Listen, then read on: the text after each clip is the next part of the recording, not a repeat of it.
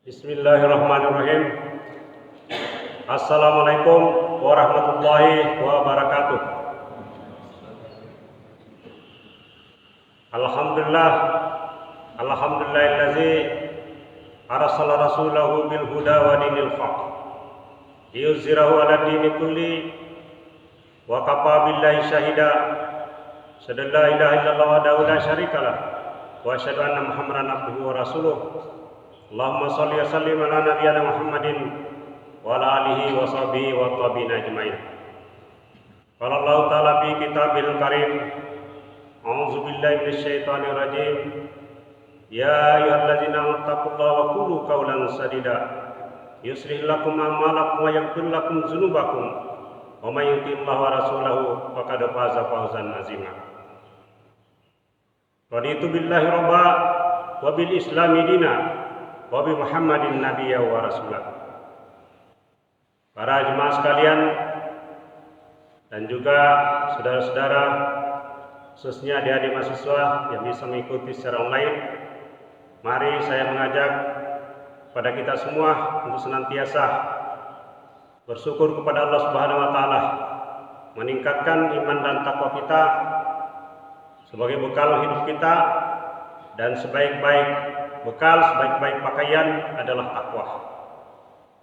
Juga kita berselawat kepada Rasulullah Muhammad SAW dan juga para nabi yang telah diutus oleh Allah Subhanahu wa taala menyampaikan risalah, menyampaikan wahyu kepada umat manusia, khususnya nabi terakhir, khataman nabiin, penutup para nabi, penutup para rasul, Nabi Muhammad sallallahu alaihi wasallam.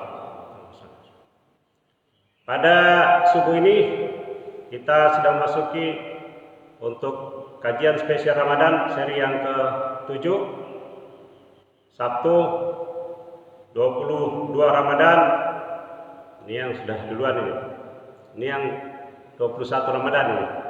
Yang belakangan 1443 Hijriah, tepatnya 23 April 2022. Saya akan melanjutkan materi sesuai dengan model analisis yang kita coba tampilkan untuk meraih kesuksesan di dunia, lebih-lebih di akhirat, yang dalam bahasa dunia akademik disebut dengan model analisis SWOT. Kita sudah membahas berkaitan yang paling pertama itu apa modal awal yang diberikan oleh Allah Subhanahu wa taala pada manusia ini. Kata kuncinya itu ada pada hudan, petunjuk. Sejak dari Nabi Adam sampai nabi-nabi terusnya, kata kunci petunjuk itu selalu ada. Pertama diberitakan surah Al-Baqarah ayat 38. Dan seterusnya para nabi dan rasul datang untuk membawa petunjuk. Kemudian masuk yang disebut dengan potensi yang dimiliki oleh manusia atau kekuatan, ya. Kemudian kelemahan-kelemahan, terutama yang berkaitan dengan hawa nafsu manusia. Kemudian pada 2 pertemuan yang lalu, hari Sabtu dan hari Rabu, itu membahas berkaitan dengan peluang-peluang. Apa saja peluang yang dimiliki oleh manusia yang kita sudah gambarkan, terutama berkaitan dengan banyaknya variasi ibadah dan juga pelipat gandaan pahala dari berbagai macam ibadah tersebut, baik sifatnya khusus gitu ya, maupun yang sifatnya umum atau am. Itu sudah banyak disampaikan juga oleh para ustadz, para kiai, para ulama berkaitan dengan macam-macam ibadah ini, khususnya berkaitan dengan ibadah sholat wajib dan sholat sunat yang variasinya banyak, dan juga puasa wajib dan puasa sunat, dan juga zakat sedekah yang sifatnya wajib maupun yang sunnah. Nah, pada kesempatan ini kita mau bertanya nih, yang berkaitan dengan kata kuncinya di sini adalah yang disebut dengan hambatan atau tantangan, ya, atau threats nih. Siapa dalam judul yang saya tampilkan? Siapa aktor utama penghambat atau menjadi tantangan utama manusia dalam rangka meraih offline kesuksesan di dunia maupun nanti di akhirat. Tentu pertanyaannya dalam benak kita sudah tergambar ini. Kalau dalam dunia politik biasanya musuhnya itu dipreteli. Bahasa ininya dipreteli itu artinya dianalisis sedemikian rupa apa kekuatan daripada lawan politik ini, apa kelemahannya, siapa kawannya, siapa lawannya. Ya, karena dalam dunia politik ada gium yang mengatakan kawannya lawan adalah lawan, musuhnya lawan adalah kawan. Nah, kita perlu mengenal ini. Nah, tiada lain yang dimaksud di sini. Saya tidak datang di sini membawa teka-teki ini. Yang pasti kan sudah jelas kita paham adalah syaitan atau iblis. Nah, ini perlu kita kenalin. Karena musuh kita ini sifatnya eksternal. Karena dalam sesuatu ini sebut tantangan atau hambatan itu sifatnya eksternal, yang di luar dari diri kita, walaupun bisa merasuk ke dalam sanubari kita melalui pembuluh darah. Bagaimana diterangkan oleh para ulama gitu melalui hadis-hadis dari Rasulullah SAW. Nah, tetapi di sini yang kita ingin ketengahkan di sini adalah bagaimana, apa strateginya, ya.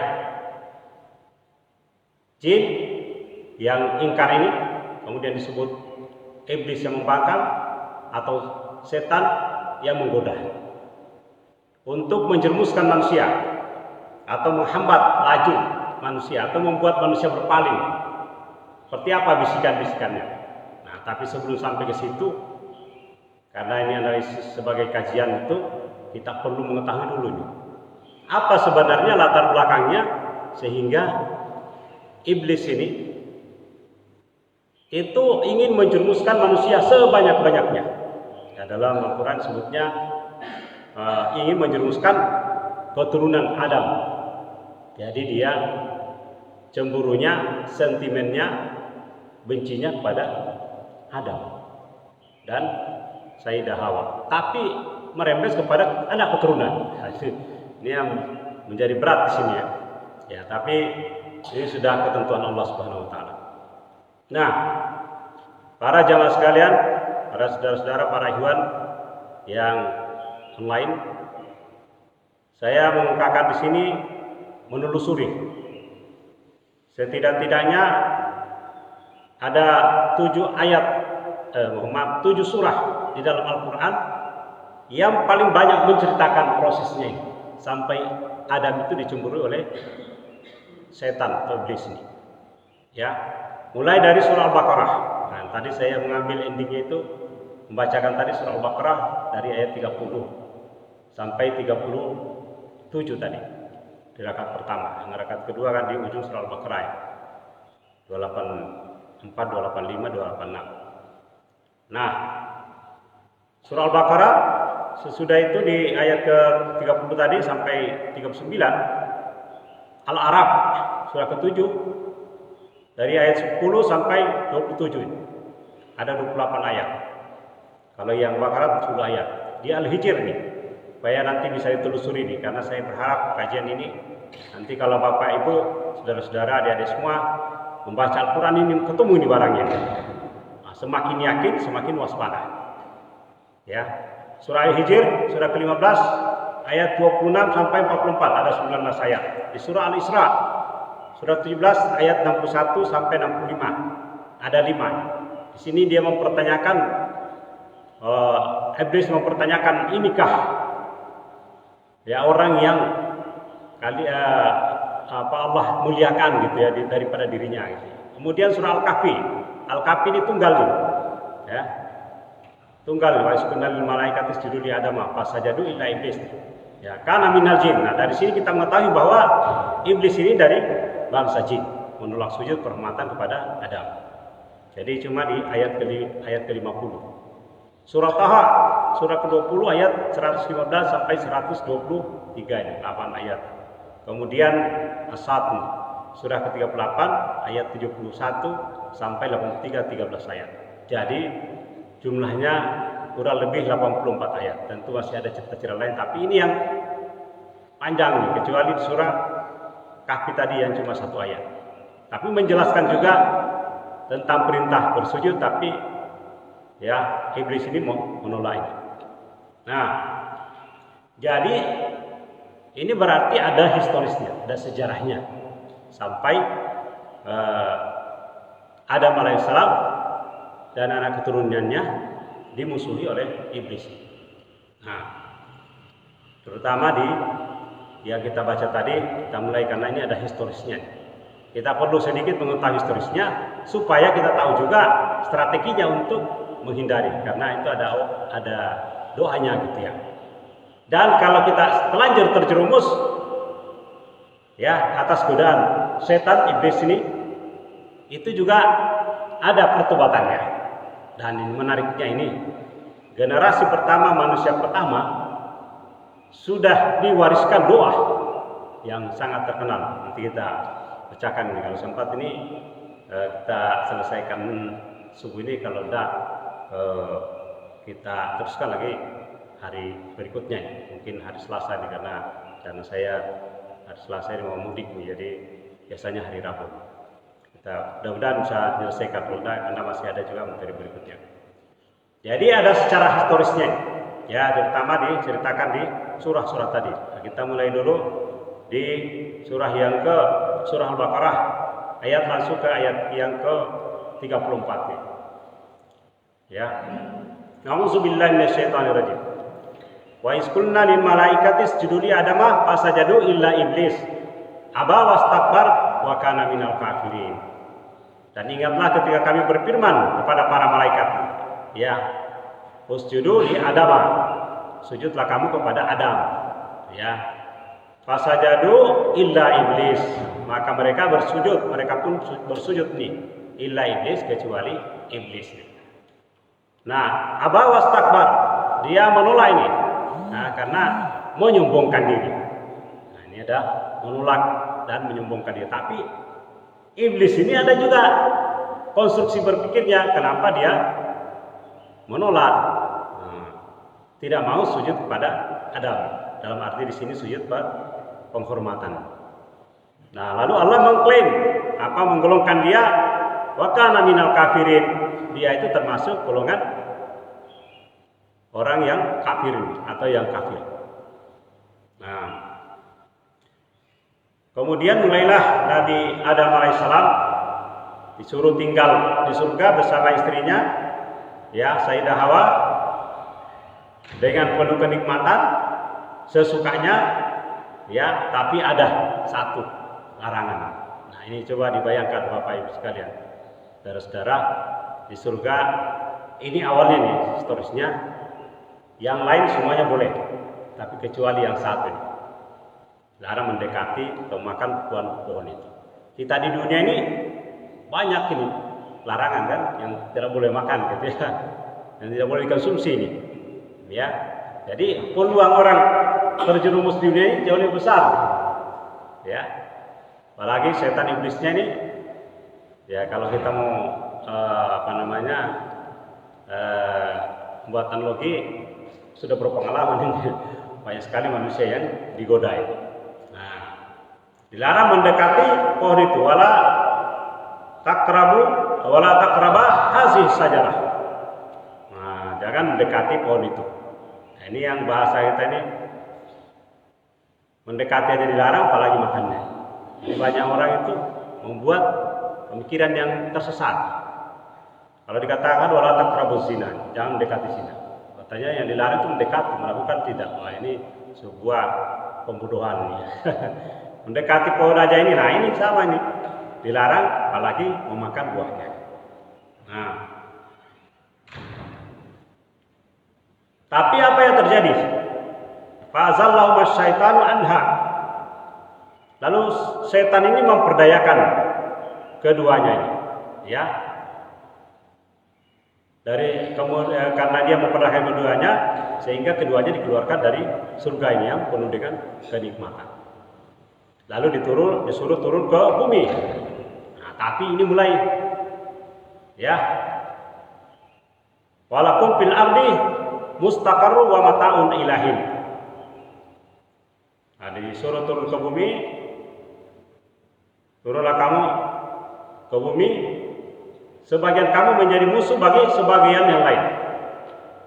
Ya, wa qulna bitu ba'dukum li ba'din adun. Ah, disuruh nih. Ba'dukum li ba'din adun. Ya.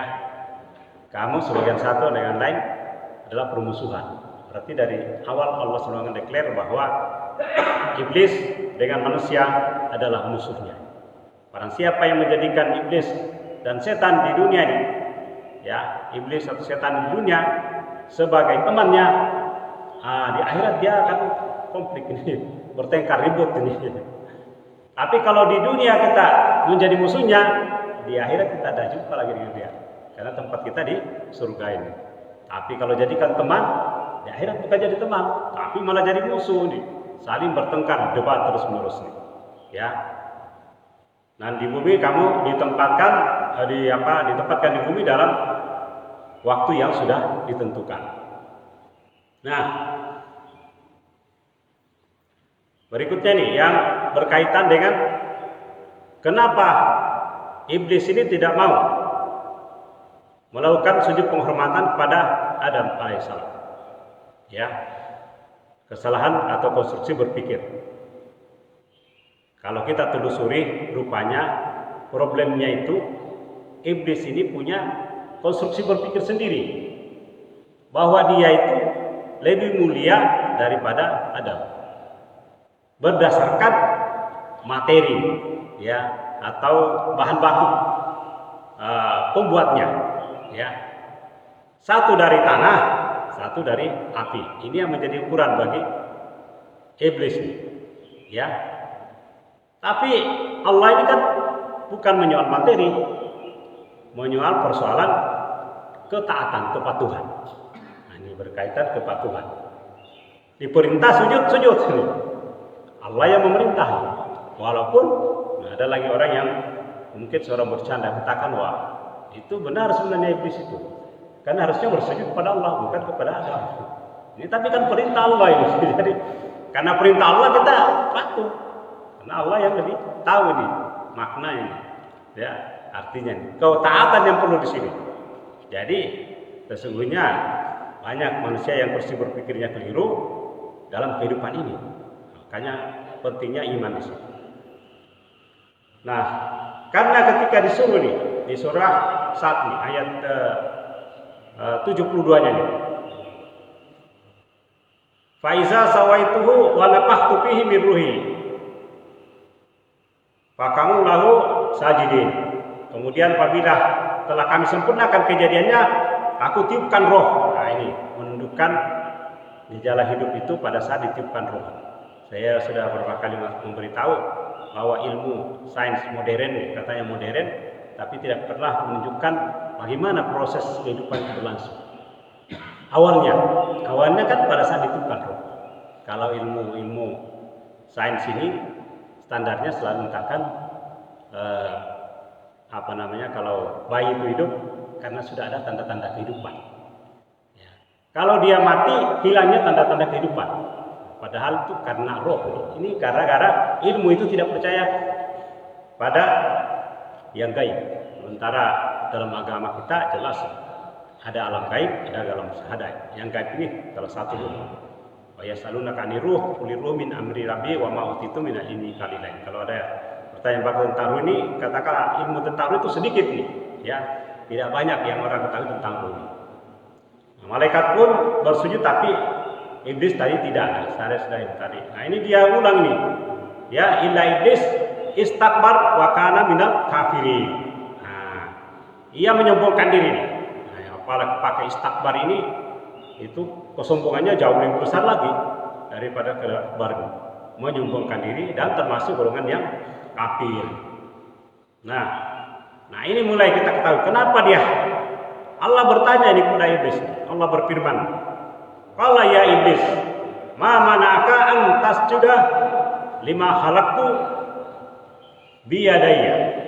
Nah, Wahai iblis, apa yang menghalangi kamu sujud kepada yang telah aku ciptakan dengan kekuasaanku atau dengan tanganku?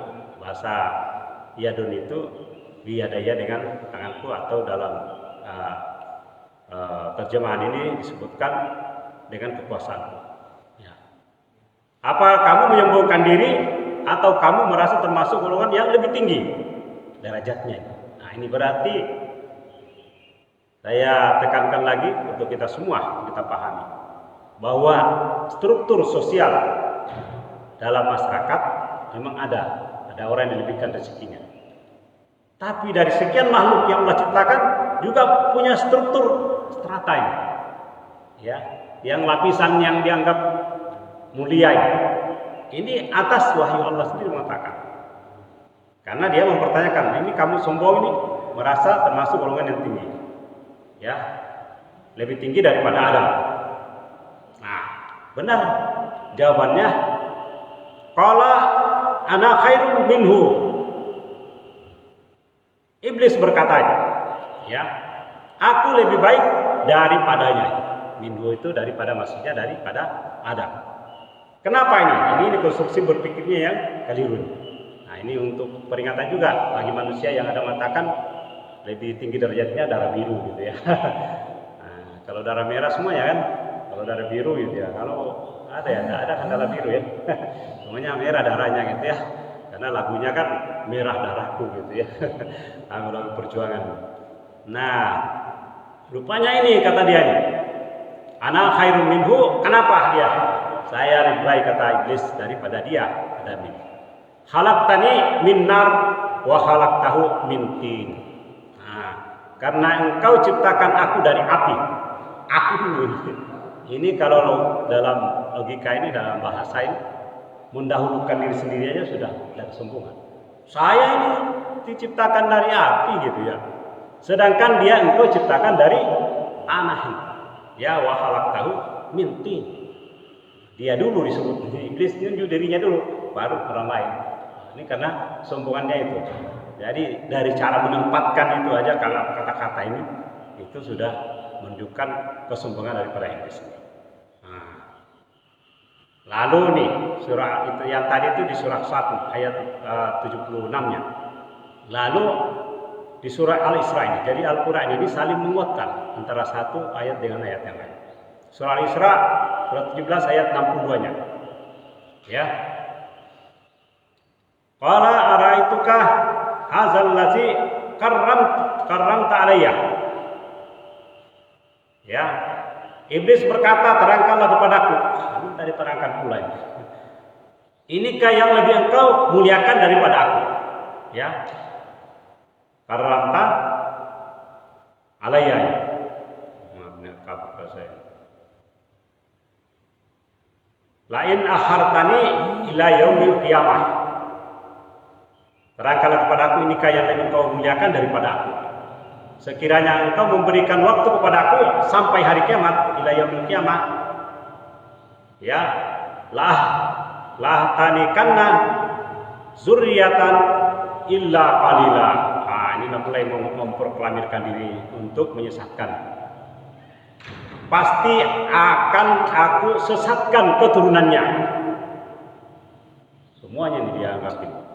Karena ujungnya itu illa qalila, kecuali sebagian kecil, sedikit yang lolos ini. Kalau ceramah Ustaz kemarin mengatakan dari berapa? 100 atau 1000 ada satu penghuni surga ini. Jadi probabilitasnya ini kecil.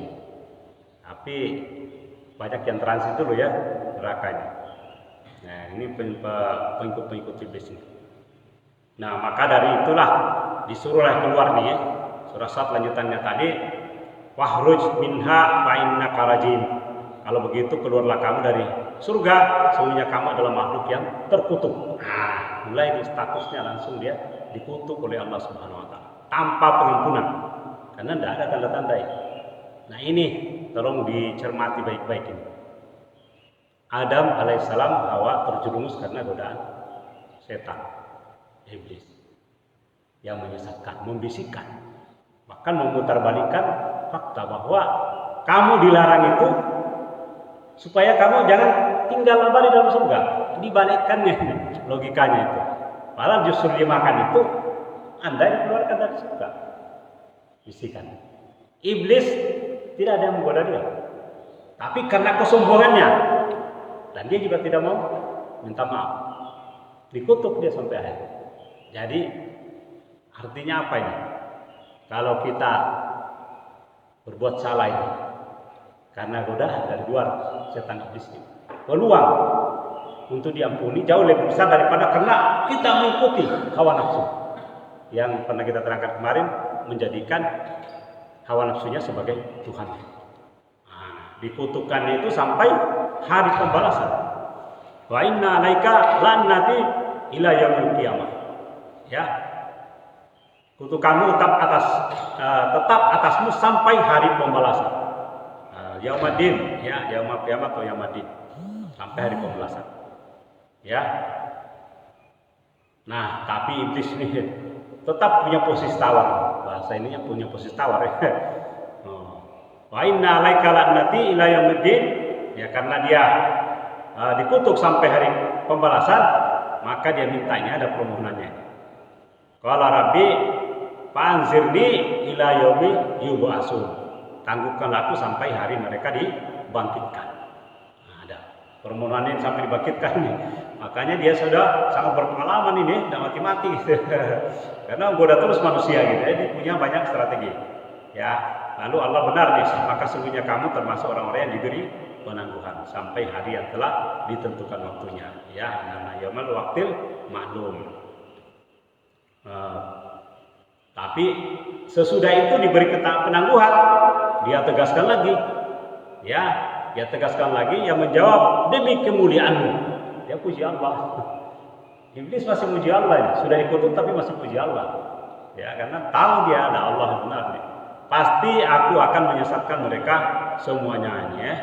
Laugiyannahum ajmain. Ya, semuanya ajmain. Ya. Nah, siapa yang tidak akan disesatkan yang illa qalilan tadi yang kecil, yang jumlahnya sedikit. Nah, mudah-mudahan kita ini jamaah para adik-adik semuanya, saudara-saudara yang bisa online termasuk di sini. Siapa ini? Illa ibadaka minhumul mukhlasin. Kecuali hamba-hambamu yang terpilih di antara mereka. Nah, ini berarti kita berharap ini masuk orang yang terpilih di antara hamba-hamba yang tidak disesatkan oleh iblis. Nah, sehingga kita perlu mengetahui doanya. Di ujungnya ini kan ada doa ini. Nah, saya sampaikan saja secara garis besar nih, berkaitan dengan apa saja ini. Model-model godaan setan iblis nih, ya. Yang paling standar ini kan selalu membuntuti kita dimanapun ada berada. Kalau kemarin-kemarin kita mengatakan bahwa berkaitan dengan air ini, di mana ada air di situ ada kehidupan. Di mana kita hidup, di mana di sana ada iblis gitu ya. Ini yang alam gaibnya ini ya. Kalau bicara filsafat hidup, di mana ada air situ ada kehidupan. Mana ada kehidupan, potensi hidup maksudnya ada manusia di sana. Di mana ada manusia hidup dalam arena kehidupan apa aja, ya dalam peranan sosial apa aja, iblis hadir di sana. Nah, ini. Tidak mengenal waktu dan tempat, kapan saja, ya tidak tidur nih. Ya, manusia ini yang tidurnya, tidurnya ditunggunya gitu ya. Itu bangun digoda lagi gitu ya. Mau tidur jadi bangun, makanya kita sebelum tidur doa gitu ya. Bangun tidur doa lagi. Mana-mana kita keluar rumah doa gitu ya. Masuk rumah kita assalamualaikum, di mana-mana kita senantiasa berdoa. Tidak pernah menyerah. Ya. Dan selalu mau menakut-nakuti bahkan menjanjikan kemiskinan. Ada lagi yang menjanjikan kemiskinan. Ya, as-syaitanu ya'idukum faqra ya wa ya'murukum bil fahsya. Setan menjanjikan menakut-nakuti kemiskinan kepada kamu dan menyuruh kamu berbuat keji kikir ya, sedangkan Allah menjanjikan ampunan. Wallahu ya'idukum maghfirah ya. Maghfirah minhu wa fadlan. Jadi Allah itu kebalikannya nih. Ya. Iblis menjanjikan kemiskinan, baik kalau urusan sedekah infak ini kita janji wah jangan-jangan ya nanti kamu miskin gitu ya. Ya. Dia menyuruh berbuat keji, tapi kalau Allah memberikan ampunan dan karunia-Nya. Ya. Nah, kemudian setan iblis ini bukan hanya sekadar menyesatkan dalam sekedar yang penting sesat. tapi menyesatkan sejauh-jauhnya. Ya, sejauh-jauhnya itu berarti sesat mungkin sampai ujungnya dia musyrik ini. Karena ujungnya kesesatan adalah musyrik. Ya, kekafiran ujungnya yang paling ini kan karena mensyarikatkan Allah atau tidak mengakui adanya Allah Subhanahu wa taala. Nah, saya membaca di dalam satu kitab ini ya, untuk bisa kita baca ya. Kitabnya dari Ibnul Jauzi. Judulnya Talbis Iblis, tipu muslihat dan perangkap iblis dalam menjerumuskan manusia ke jurang kehancuran. Ini judulnya ini. Tapi buku ini sudah ditahqiq ya oleh Syekh Ali Hasan Al-Halabi. Bisa dicari. Online juga ada dijual. Saya punya juga setelah kemarin online. Ya, dan saya tertarik kenapa ini banyak sekali sebut. Saya beli bukunya, wah, dahsyat juga ini. Ya, apa dahsyatnya ini? Nah, sedikit lagi mengenal langkah-langkah setan ini.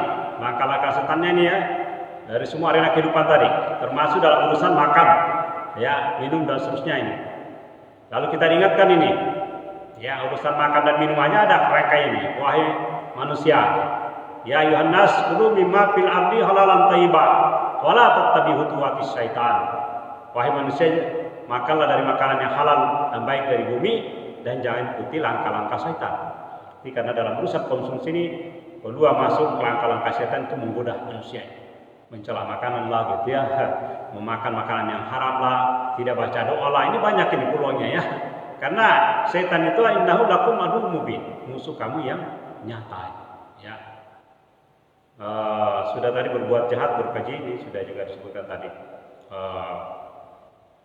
Nah ini ada lagi nih. Ya ayyuhallazina amanu dukhulu fis-silmi kafah wala tattabi'u khutuwatis syaitan. Berkali-kali diulangi, wala tattabi'u khutuwatis syaitan. Wahai manusia beriman, masuklah ke dalam Islam secara keseluruhan. Nah, ini keseluruhannya nih. Karena iblis bisa secara pelan-pelan mengurai kita. Kamu jangan amalkan yang ini aja diamalkan. Lama-lama tidak diamalkan semua gitu. Disuruh milih-milih. Al-Quran yang membaca ini aja gitu ya. Ya, yang lain jangan dipercayai, yang ini dipercayai. Tapi lama-lama nanti ujungnya Anda percaya semua. Karena Al-Quran kalau Anda percaya satu ayat sama kita mengingkari semuanya. Nah itu langkah-langkah setan seperti itu ya, sedikit demi sedikit. Nah, sungguh dia musuh yang nyata bagi berkali-kali diulang dalam Al-Quran langkah-langkah setan. Ya, hajatan keberatan mungkar juga ada di surah An-Nur ayat 21. Musuh abadi memperdayakan dan menipu. Nah ini ada lagi. Ya, dia menjadi musuh abadi bagi kita. Ya ayuhan nas, inna wa'dallahi haqqun fala taghurrannakum hayatud dunya wala yaghurrannakum billahil garur. Wahai manusia, ingatkan lagi manusia ini, selalu manusia, seluruh ini ya, tidak disebut. Coba diperhatikan tadi. Kalau urusan iblis setan ini, tidak ada bilang ya ayyuhallazina amanu. Rata-rata ya ayuhan nas, karena semua manusia, terutama yang belum beriman ini diperingatkan. Itu karena perangkap iblis, perangkap setan ini, sehingga manusia tidak beriman ini, tidak percaya pada Al-Quran, tidak percaya. Semuanya ini berlaku untuk semua. Ya, wahai manusia, sungguh janji Allah itu benar. Maka janganlah kehidupan dunia memperdayakan kamu. Nah, dunia memperdayakan manusia, karena iblis hadir di sana untuk hubung dunia, cintai dunia. Dan janganlah setan pandai menipu. Nah, Allah sendiri yang menyatakan setan ini pandai menipu ini, ya. Wala yaghurrannakum billahil garur, ya, memperdayakan kamu tentang Allah ini, ya. Setan ini memperdayakan manusia tentang Allah. Sungguh setan itu musuh bagimu ini. Inna syaitan lakum adun fattabi'u adwa. Nah ini yang intinya tadi ini, ya. Sungguh setan itu musuh bagimu. Allah yang mendeklar, ya, memaklumkan kepada manusia seluruhnya ya. Saya sampaikan seluruhnya, jangan sampai kira itu untuk orang Islam aja ini. Baik orang yang Islam maupun non-Muslim, semuanya nih setan itu bekerja di sana, ya, sehingga tidak menjadi orang yang berserah diri kepada Allah ini. Ya, perlakukanlah sebagai musuh, karena sesungguhnya setan itu mengajak golongannya agar mereka menjadi penghuni neraka yang menyala-nyala. Jadi target setan itu semakin banyak tersesat yang sejauh-jauhnya, semakin banyak manusia yang tersesat, memperbanyak jumlahnya dan menjadi kawannya nanti di akhirat masuk di neraka. Kawan masuk neraka, tapi ini kawan maksudnya bersama masuk neraka. Tapi bukan kawan berarti dia saling berkasih-kasihan di neraka. Di neraka pun dia bermusuhan dan dia akan menjadi musuhnya, gitu. Dia akan saling berdebat, berbantah-bantahan. Nah, yang terakhir ini adalah berkaitan dengan doa. Nah, lalu ada doanya nih. Ya, dan jika setan mengganggumu dengan suatu godaan, ya, di surah Al-Isra ayat surat 17 ayat 36. Wa imma yanzagannaka minasyaitan naskum fastaiz billah innahu huwas-samiul alim. Jika setan mengganggumu dengan satu godaan, maka mohonlah perlindungan kepada Allah, sungguh Dia Maha mendengar, Maha mengetahui. Doanya apa ini yang garis standar surah Al-Mu'minun ayat 97 dan 98. Wa qul rabbi a'udzubika min hamasatis sayatin wa a'udzubika rabbi ayyahdurun. Dan katakanlah ya Tuhanku ini. Ya, ini rabbi a'udzubika, kita berlindung. Aku berlindung kepada Engkau dari bisikan-bisikan setan. Nah, kita berlindung kepada Allah dari bisikan setan. Ini doanya nih. Allah sendiri sudah kasih ajarannya ya, supaya tantangannya kita bisa menghadapi, ya. Kita diberi petunjuk. Inilah fungsinya hudan ini tadi, beri petunjuk. Kamu berdoa, berlindung kepada Allah, ya, dari bisikan-bisikan setan. Dan aku berlindung pula kepada Engkau, ya, wa a'udzubika rabbi ayyahdurun. Dan aku berlindung kepada Engkau, ya Tuhanku, agar mereka tidak mendekati aku. Nah, karena caranya awal kan mendekati nih. Mendekati baru membisikkan, menjerumuskan, menyesatkan, sesat sejauh-jauhnya. Nah, ini di surah Nahl juga ayat 98. Wa iza qara'tal Qur'an fasta'iz billah minasyaitonir rajim. Baca Al-Qur'an aja setan bisa masuk. Maka kita disuruh berdoa ini. Nantiasa berdoa. Apabila engkau Muhammad membaca Al-Qur'an, mohonlah perlindungan kepada Allah dari setan yang terkutuk. Nah,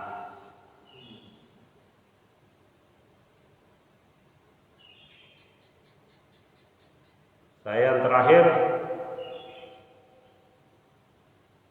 yang doanya ya, karena saya janji tadi terakhir ini berkaitan dengan doanya ya, yang paling terkenal nih di surah Al-A'raf nih, surah ke-7 ayat 23 ini. Doanya ini yang spesial karena itu pengalamannya Nabi Adam AS sehingga dosanya diampuni. Ya. Qala Rabbana zalamna anfusana wa illam taghfir lana wa tarhamna lanakunanna minal khasirin. Saya kira kita semua hafal ini.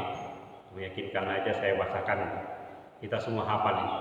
Kita sering-sering ulanglah ini doa ini. Kalau salat kapan-kapan aja kita baca ini ya.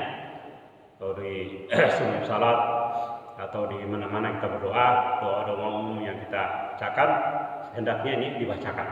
Ya Tuhan kami telah menzalimi diri kami sendiri. Nah, karena kita mengakui banyak dosa, menzalimi diri sendiri. Jika Engkau tidak mengampuni kami dan memberi rahmat kepada kami, niscaya kami termasuk orang-orang yang rugi. Ya, wa illam taghfir lana wa tarhamna lanakunanna minal khasirin. Kalau tidak diampuni oleh Allah, termasuk orang-orang yang rugi. Ya, karena kalau sudah terlanjur nanti di akhirat tidak ada lagi kesempatan. Ya, kalau kita di sana tidak bisa lagi kita minta ampun ini. Ya. Nah, sehingga orang-orang yang nanti tidak sempat minta ampun di dunia, di akhirat dia akan menyesal. Nah, ini salah satu bentuk penyelesaiannya. Ya, yaitu dijelaskan di surah Al-Furqan ayat 27 ini. Dan ingatlah pada hari ketika orang-orang zalim menggigit dua jarinya. Nah, bayangkan gigit dua jarinya, ya, menyesali perbuatannya. Seraya berkata, wahai sekiranya dulu aku tidak mengambil jalan bersama Muhammad. Sekiranya dulu aku mengambil jalan bersama Rasul, maksudnya harusnya bersama Rasul, tapi dia itu mengikuti jalan setan. Di ayat 28-nya, wahai celaka aku, sekiranya aku tidak menjadikan si fulan itu teman akrabku. Yang dimaksud di sini si fulan teman akrabku, di ujungnya dia 9. Ya, laqad adallani anil zikri ba'da isja'ani wa kana syaitanu lil insani hazulai.